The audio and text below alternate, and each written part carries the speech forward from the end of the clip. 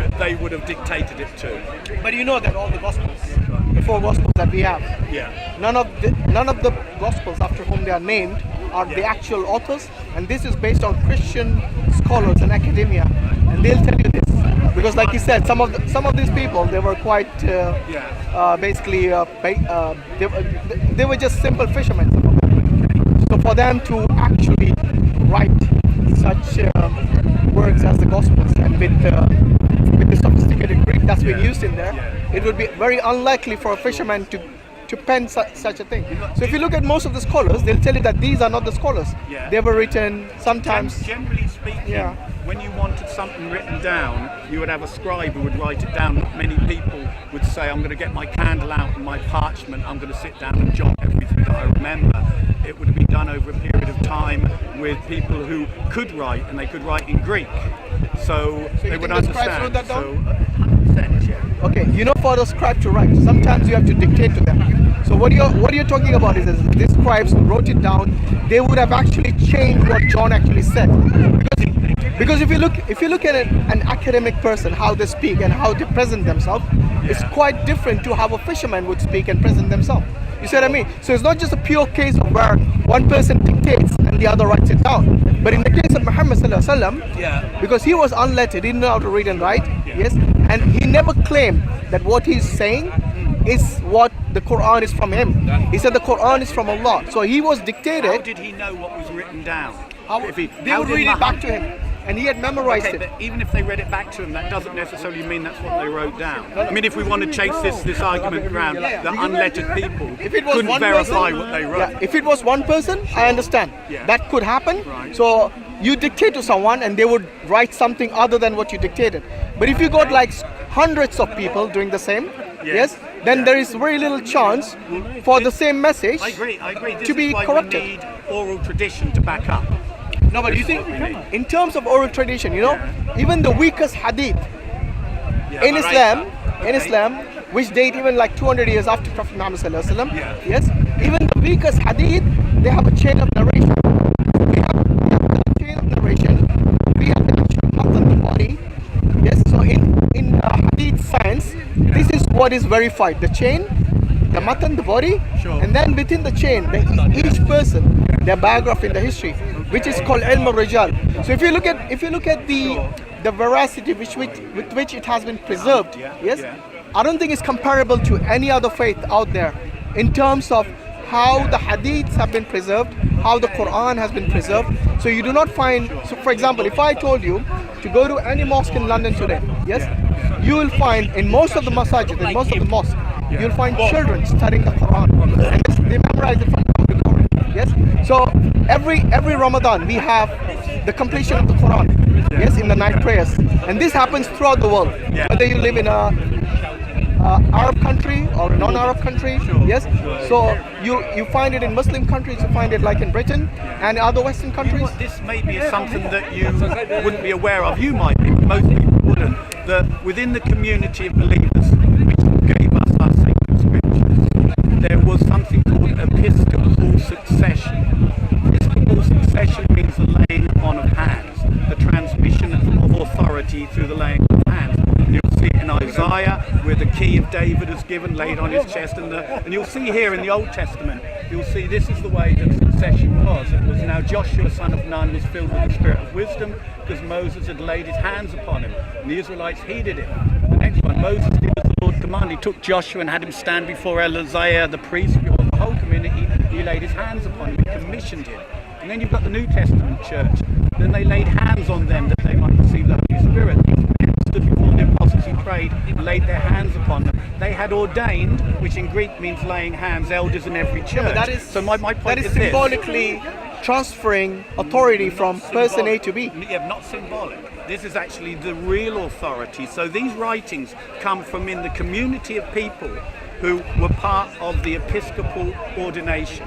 And as a Catholic, there is a list of popes. See, we have a president of our church, of the Catholic Church, of the Apostolic Church, and it mirrors the Sanhedrin. The Sanhedrin, which formed the governing body in Jerusalem, they had, I don't know how many members there were as part of the Sanhedrin. They had the high priest who was the presider. He spoke on behalf of What was the function? Say again? As far as the scriptures are concerned, what was the function? Right.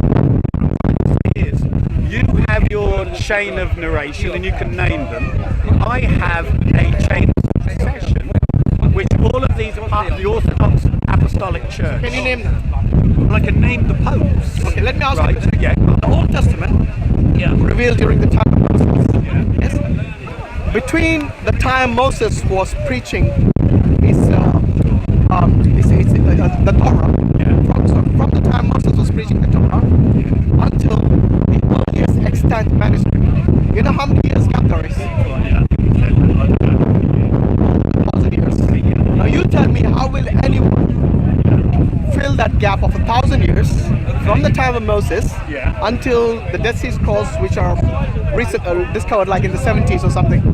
So you got more than 1,000 years of gap. I think 1,200 years or even more. Now you tell me, how can anyone fill that gap without a chain of narration? Yes, without any evidence of manuscripts, and without anything to know about who were the scribes or the ones who preserved this work. I see what you're saying.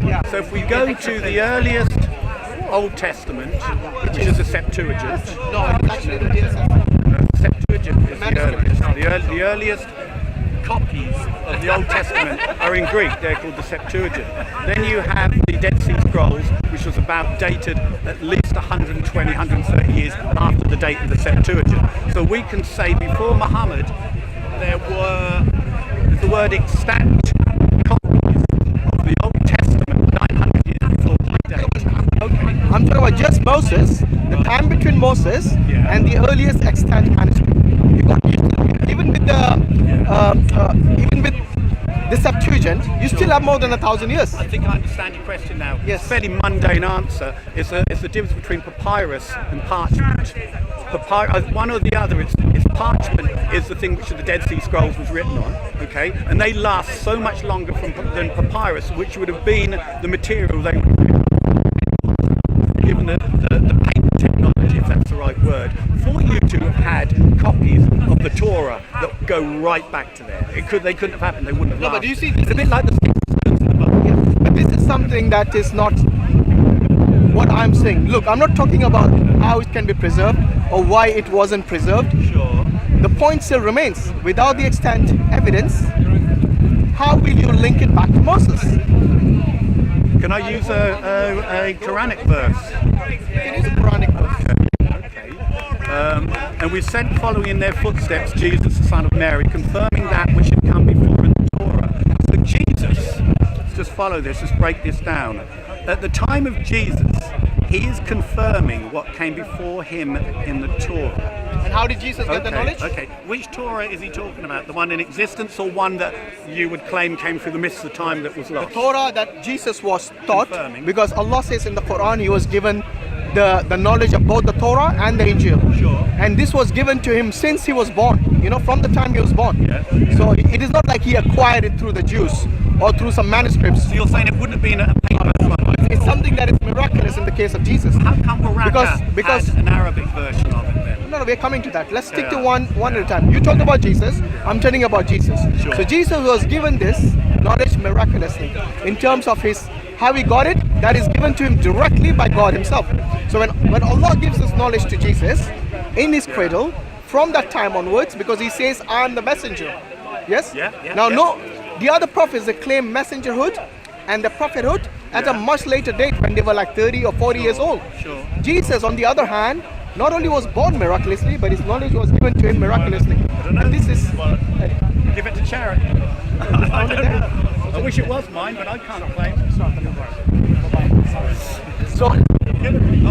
So what I'm saying, is that Jesus got this knowledge directly from God. So you cannot say that this Torah from whom was it?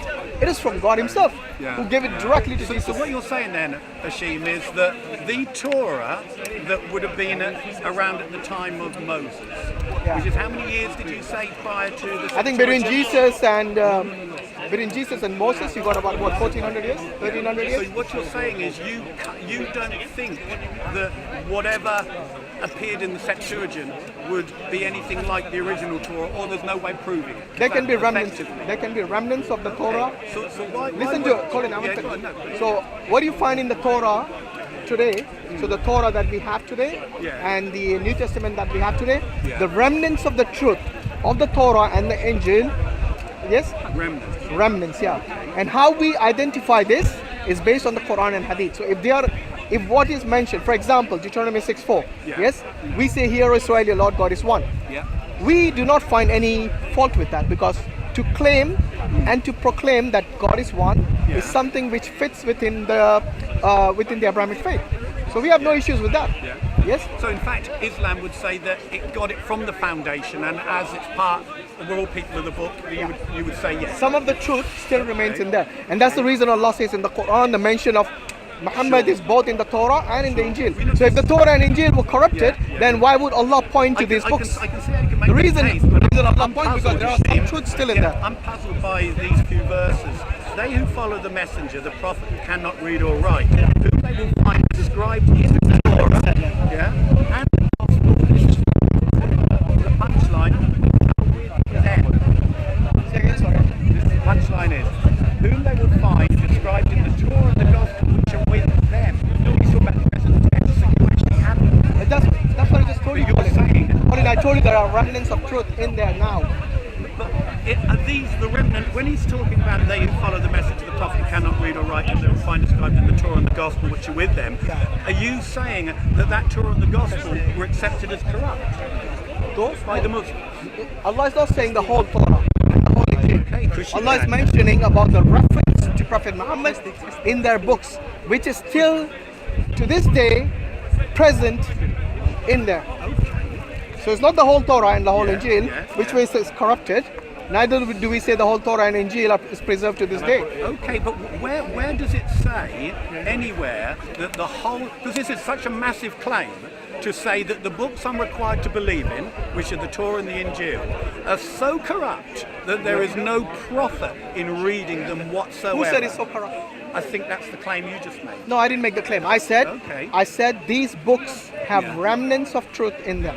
I've repeated this several times Okay, now. yeah. Now, when you read that verse, Yes. Allah is talking about a specific reference, which is the mention of Prophet Muhammad in the Old Testament and the New Testament. So the mention of Prophet Muhammad, okay, is in both the books to this day. And if you look at Isaiah 42, yes, you see the mention of a servant from God, yes, Yeah. who the people of Selah and the people of Kedar, yes, the dwellers of Kedar, they will rejoice.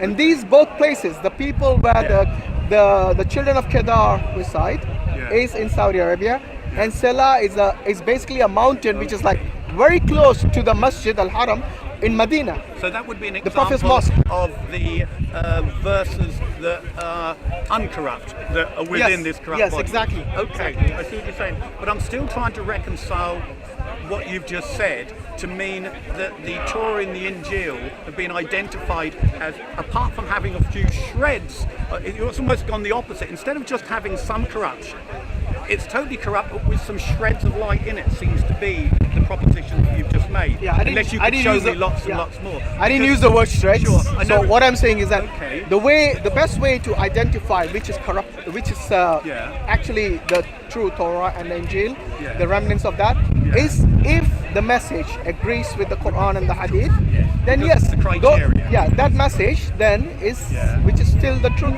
still remaining. What do you think, Hashim, about Waraka's gospel? Because I didn't know he had one until, who was the guy who was your friend who was here before?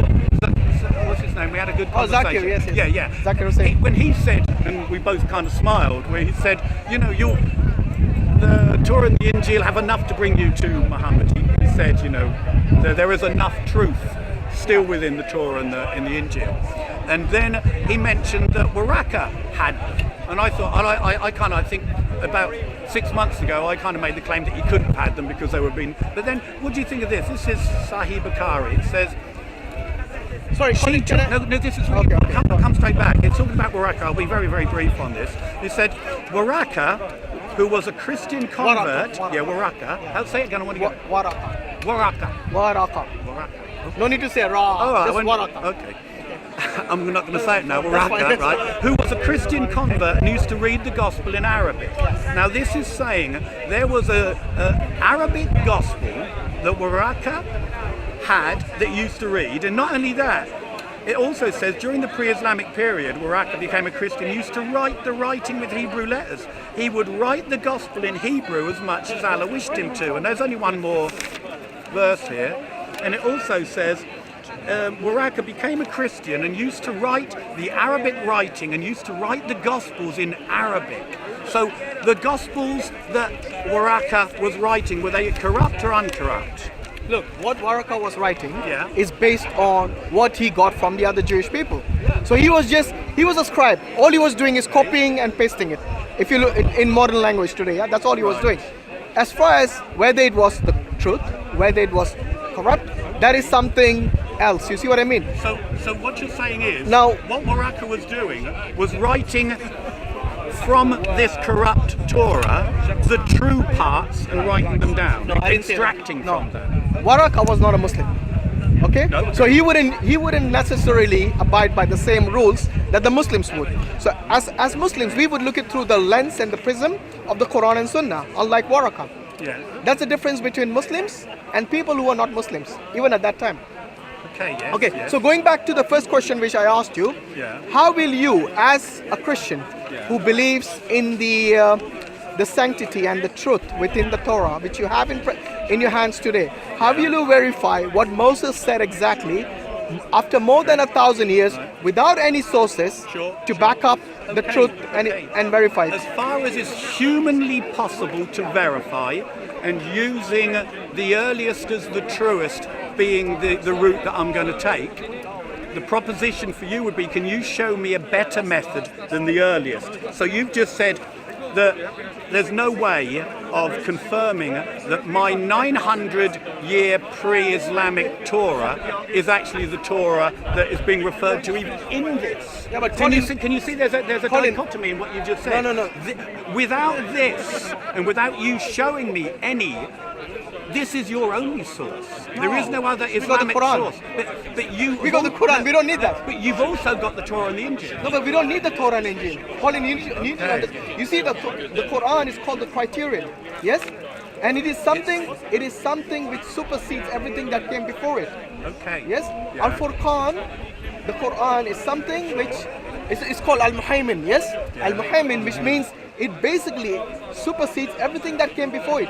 And it is what we believe as the truth. Everything else for us is irrelevant. So for example, Yeah, let me tell you. Yeah. If there was no Torah remaining, not even a small part of it, yes, or there's no Injil remaining, not even a small part of it, it Yeah. won't make an iota of a difference to us. Because as far as we are concerned, we got the Quran with us. And the Quran is enough for our salvation. Do you ever? We don't need the Torah and sure. Injil. Do you ever think why there are no even fragmentary evidences of this Quranically acceptable Torah and Injil, which you are required to believe?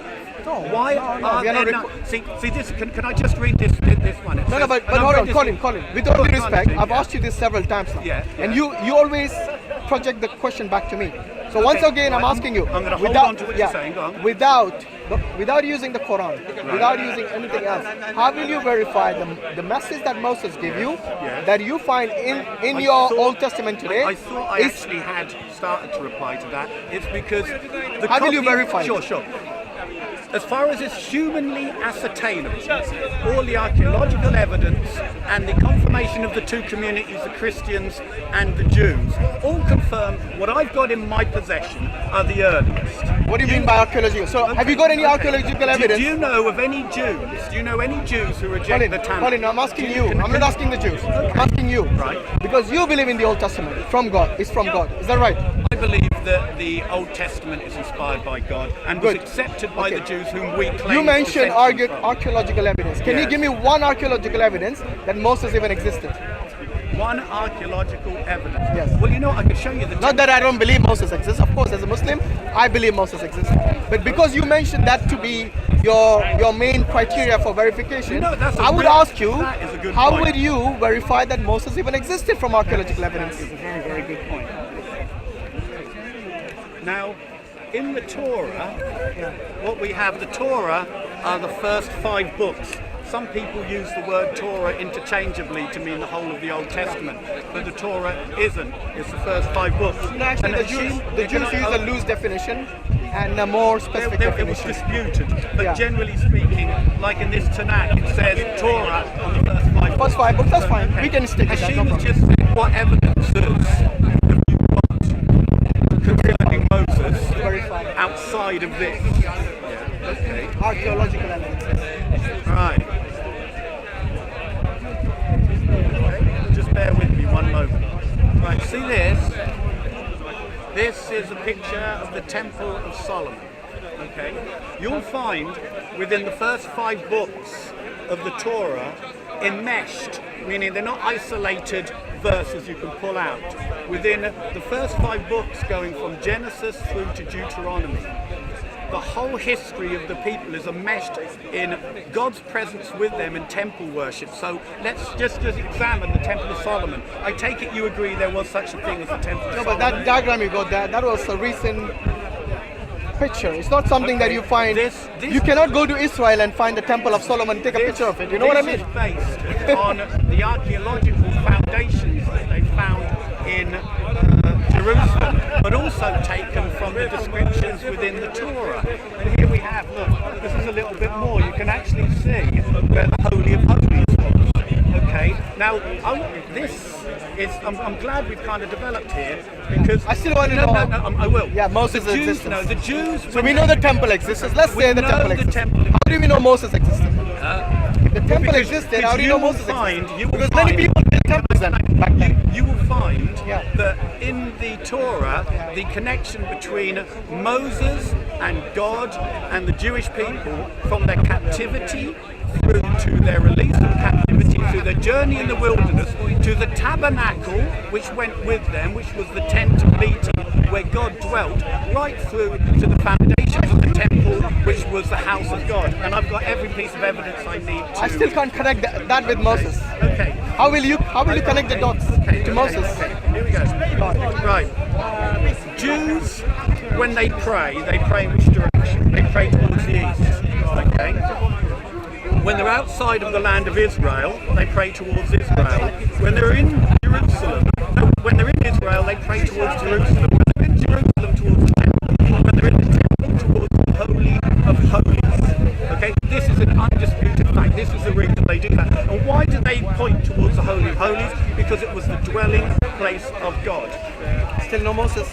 Well, if you want to have a look through the Torah, No, you have to tell me. will see. Colin, you have to tell me. The evidence for Moses. That's all. We're trying to establish that. Okay. Right. The first action that happened to the Jewish people was when they escaped from the captivity in Egypt. And the Lord went before them by day and night in a pillar of cloud to lead them the way, and by night in a pillar of fire. The Lord went with them. Moses was with them. Is that from the Bible? Moses, Is yes, that from the Bible? yeah. So this is called circular reference. You said you'll provide something outside. I'll get to the punchline, which is the temple. Outside the Bible. Which is the temple. Then the cloud comes to the tent of meeting. This is the proto-temple. What you see here is replicated in the foundations of the Again, a temple diagram in Jerusalem. which is made up by an artist. No, I will break it down. I'll break it down. Let's see the evidence for Moses, because I still haven't seen one. Now, So you see how difficult it is even to produce simple evidence No, it of the isn't. existence of Moses, Very, very let alone trying to find or verify what the Bible says or the Torah says that they hold today. okay. This is just based on Colin's earlier assertion that there is evidence, archaeological evidence. Yeah. We haven't found any archaeological evidence to suggest that Moses existed so far. Okay, have you found, has there been archaeological... Don't ask me question for a question, I'm sorry. Okay. Well, Just I'll make answer this, the question. I'm going to make this statement, Go right? on. The temple in Jerusalem very clearly shows that the Holy of Holies, the Ark of the Covenant, was placed in a sanctuary there, and you will see Moses' relationship all through the Old Testament. And the highlight of the whole thing is when God, who commanded this to be made, That's made by when an that artist. was when that was placed, do you know where this ended But up? that's made by an artist. Do you really think it looked like that? Do you believe it existed? It might have existed. I'm not saying that. Do you I need believe- evidence. Do you believe it exists? Colin, I even know Moses existed. Okay? But what I'm saying is because you Yeah. made this assertion Yeah. that we have archaeological evidence, X, Yeah. Y, and Z, then I want to hold you to that standard. You see what I mean? Sure. So once you make a statement, you need to substantiate it. I will So do. far, Colin, you haven't provided a shred of evidence to suggest that Moses existed from outside. Yeah, go. I'm talking to you, not to the camera. No, Sorry, that's fine. I keep looking You can at talk to it. me. Okay, Hashim, can you see here, right? It actually shows a diagram of what was going on in the temple. Have you any knowledge about what goes on in the temple? That wasn't my question. No, but I'm going to build to the fact that Moses They is used to- intertwined with the whole of this Yeah, history there was of the burnt Jewish offerings people. and all that going on in that particular temple. Do you know what the Holy of Holies was all about? It was where they used to provide the burnt offerings. No, see, this is where, when we first had this conversation, I struggled to understand how Hashim and Mansour could not identify this. You didn't ask This me is that. the ark. No, when this is a long time ago. This is a long time. But you didn't. That's the first time you're showing me that picture. What, today? Yes. This That's is the first time. First time you're showing me this picture. So do not claim that Hashim and Mansour couldn't identify that, because when you talk about the tabernacle, yes, Yeah, which yeah. is what you're trying to show me that. Yes. This itself, do you think it actually Yeah. looked like that, Colin?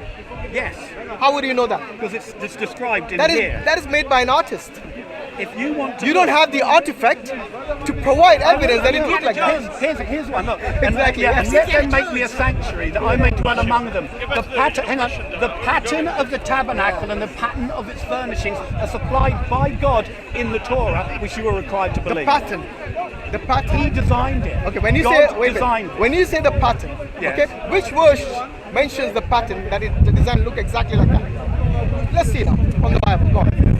Because I remember about the ark made by Noah. It gives the dimensions and everything. Okay, that's the same thing with the temple. It's got the dimensions and everything. But the ark of the covenant, the patterns, I would like to see that gone from the Bible. 25:8. So what you're asking me, Hashim, is to By the way, show we are again you- sidetracking because the question was about Moses. Yeah. The existence of Moses. The existence of Moses. Yes. You believe Moses existed? As a Muslim, I believe, based on my scripture, but because you use the standard of archaeology, Yeah. I want to hold you for that particular standard that you asserted. So because you use archaeology, I would like Yeah. you to show us an archaeological evidence, Yeah. i.e. mention or particular inscription, like the hieroglyphics. Sure. They had inscriptions way before even Moses' time, when they used to actually inscribe on the wall. So this particular statement that you made earlier, that we didn't have the papyrus, it would actually fall apart and all that. Look, there are other ways of preserving the text. Hashim, The if you papers want me, are not the only one. The I can papyrus is not the show only you, one. What we have in Exodus, going from Exodus 38 through to 40, is where God actually commands a whole array of different things to be made. He actually puts the pattern for the high priest's breastplate, for the ephod, for everything else. And this is where it actually brings Moses into it. No, bring the tabernacle, because you were going to show us the reference to the tabernacle. Then Go they on. brought the tabernacle to Moses. Will that do you? No, Then that won't they do. brought Carry on. the tabernacle to Moses with the tent and its furnishings. They brought Moses and the tabernacle are intertwined. Would you agree? So Colin, Yeah. did you see any description of the tabernacle, what it looked like in that verse? Okay. I did. Yeah. So you're saying I'm that saying- you doubt No, that I'm he saying designed it. you show me the evidence from the Bible that the tabernacle Hashim, looked like this, Hold on to this for me. looked please. like this 25:8. particular diagram by an artist, Yeah. which has got two If I little can. cherubs on it with wings. So you got children, basically children without clothes with wings. These are called cherubs. Yeah. Yes? Angels. Isn't this what the Lord is going Cherub. to use in the heavens or something? It's going to be. I don't know if they'll be writing that or Okay, here you are. Here you are. Are you ready then? Yeah, go okay. on. They shall make an ark of acacia wood. God is even telling you what wood it's made of. 2.5 cubits long, a cubit and a half wide. He gives you the dimensions. Okay. Right, overlay it with pure gold. Overlay it inside and out. And make upon it a gold moulding round about.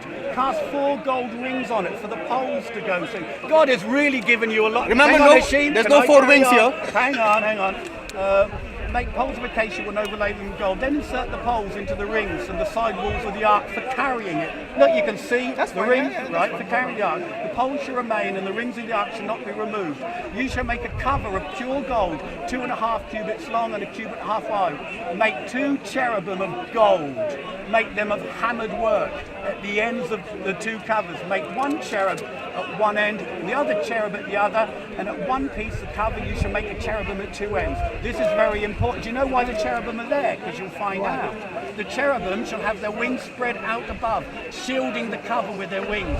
They shall confront each other, the faces of the cherubim being turned towards the cover. Place the cover on top of the ark after depositing inside the ark the pact which I will give you. You have every single piece of this ark commanded by God, and you are totally incorrect. Listen to this, Colin. Do you see this design here?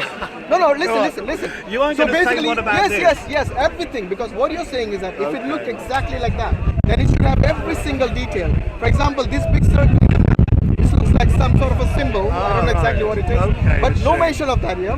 Then we got some drawings in the corners here. Again, no mention of that in that. The description that he gave there. The cherubs, how do we know what they look like? Just because they're made of gold doesn't mean they have to look like that. Saying So that's all. This is an artist's description what we've got from the rough description in the Bible. No, what I'm saying is that we cannot know exactly what it looks like. Okay. This is an artist's representation, which is exactly what I told him earlier. Okay. Have an idea. What we Yes, have you can have an here. idea. Okay, can I just finish this off? Okay. What we have here is something that was commanded by God to be made. This is an artist's impression based on all of the instructions that God gave him. The two of those go hand in hand. And a bit more. Now, And the artist added a bit more to and we it. also have Moses involved. He was receiving the instructions. Now Hashim said, where does Moses fit in? It doesn't. Just because an artist made an inscription, made a representation of the Ark of the Covenant based on the Bible description. Remember what he said? You said, you said you have archaeological evidence. Do we have the Ark of the Covenant in existence today? No, we don't. There you go. So it cannot be used as an archaeological evidence. Okay. What you're using again is circular reference from the Bible that it might have looked like that, and that's all it is. It has got nothing to do with archaeology. Colin. Okay. So back to square one. Okay, now we'll move on. First of all, No, we don't move on. You haven't provided evidence for Moses. I'm sorry. Hashim asked me to provide him of any evidence that God gave instructions for the no, first of all, no, what I just unpacked there wasn't to do with the archaeological things. It was to do with, no, you asked me when it came to this, show me anywhere, and they saw the picture, show me where God commanded that to be made, that to be made, and that to be made. I showed you. Colin, my first question was what? Perfect, exactly. It wasn't exactly like that. You know that very well. There was no reference. Look, there's no mention of what these designs are. Do you agree? There's no mention. No, look, I can make a little box here and we'll still match that particular reference. All I'm saying is that how will you connect an artist's representation of what is mentioned in the Old Testament? How will you connect this to Moses? His name is actually mentioned just prior to that whole. That's still not archaeological evidence. Okay. So do you agree? Look, either you admit that you don't have any archaeological evidence to back up